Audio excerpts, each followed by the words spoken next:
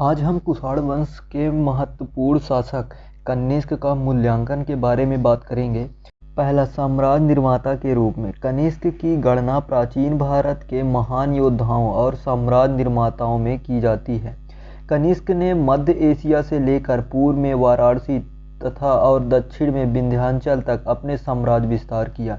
कनिष्क ने अपने शासनकाल के दौरान तत्कालीन विश्व की दो महान शक्तिशाली पार्थिया और चीन को पराजित किया और तथा रोमन से इनके मित्रतापूर्ण संबंध रहे हैं। अब अगर दूसरे कारण की बात करें तो शासक के रूप में कनिष्क केवल एक महान विजेता ही नहीं अपितु एक कुशल शासक भी था। उसने अपने विशाल साम्राज्य को विभिन्न प्रांतों में विभक्त कर एक कुशल शासन की स्थापना की थी। एक कुशल शासक के रूप में कनिष्क ने अपने साम्राज्य में विभिन्न भागों में महाक्षत्रप और क्षत्रप नियुक्त किए थे। उनके शासनकाल में किसी भी प्रांत में कोई विद्रोह नहीं हुआ था। इससे प्रतीत होता है कि उसकी शासन व्यवस्था संतोषजनक थी। अब अगर तीसरा कारण बौद्ध प्रचारक के रूप में देखें तो बौद्ध धर्म को संरक्षण प्रदान करने के कारण कनिष्क को दूसरा अशोक कहा जाता है।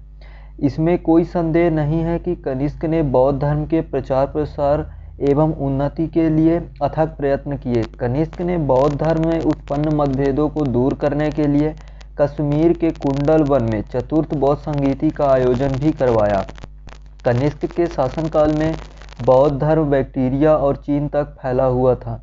कनिष्क ने अपनी राजधानी पुरुषपुर में एक चैत्य का निर्माण भी करवाया। बौद्ध धर्म को महायान शाखा कनिष्क के शासनकाल में अत्यंत लोकप्रिय हो गई थी।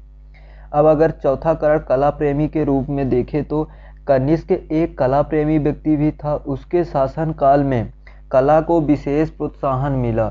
इसके समय में गांधार कला तथा मथुरा कला के अंतर्गत हजारों की संख्या में महात्मा बुद्ध, बोधिसत्वों, हिंदू देवी देवताओं और तीर्थकारों की मूर्तियों का निर्माण किया गया। कनिष्क ने अपनी राजधानी पुरुषपुर में एक 13 मंजिलों का एक टावर बनवाया था जिसकी ऊंचाई 400 फीट थी। इसी टावर के समीप कनिष्क ने एक चैत्य का भी निर्माण करवाया। इसके अतिरिक्त कनिष्क ने कश्मीर में कनिष्कपुर और तक्षशिला के समीप सिरकप नामक एक सुंदर नगरों की स्थापना भी करवाई। अब अगर पांचवा कारण की बात करें तो साहित्यिक प्रेमी के रूप में कनिष्क साहित्य एवं विद्यानुरागी सम्राट था। उसके शासनकाल में साहित्य की भी बड़ी उन्नति हुई। उसके दरबार में अनेक विद्वान का आश्रय प्राप्त था जिसमें अश्वघोष, नागार्जुन, वासुमित्र और चरक प्रमुख थे।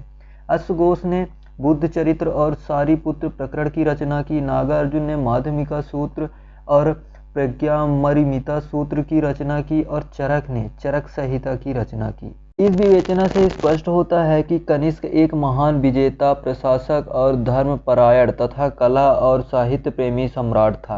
कनिष्क ने विदेशों में भी भारतीय प्रतिष्ठा को कायम किया। विदेशों में उसने जो धर्म तथा साम्राज्य की स्थापना की उसे हमारे देश की सभ्यता तथा सांस्कृतिक का विकास दूसरे देशों से भी हुआ। अब अगर कनिष्क के उत्तराधिकारी के बारे में बात करें तो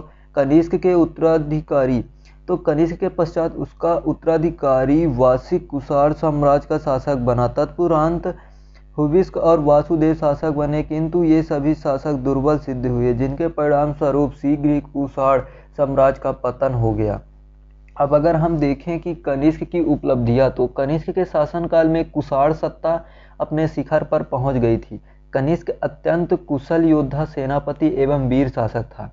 अगर कनिष्क के विजयों के बारे में बात की जाए तो पार्थिया से युद्ध अर्थात पार्सिया की विजय, दूसरा रोमन साम्राज्य से मैत्रीपूर्ण संबंध और तीसरा चीन से युद्ध अर्थात चीन पर विजय, ये तीन महत्वपूर्ण रहे हैं।